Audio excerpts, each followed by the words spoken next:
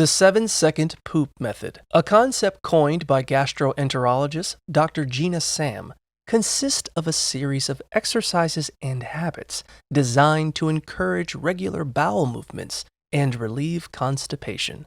While not a scientifically proven cure-all for long-term gut health, the individual components, including drinking room temperature water, performing squat or butterfly stretches, practicing the Pawanmuktasana yoga pose, and engaging in deep breathing are supported by the idea that physical movement, hydration, and stress reduction aid digestion. Additionally, some people use diluted apple cider vinegar or specific hand-rubbing techniques to stimulate movement, though these should be approached with caution. Ultimately, this method serves as a gentle, medically informed way to help relax the body and massage the digestive tract when you're feeling blocked up.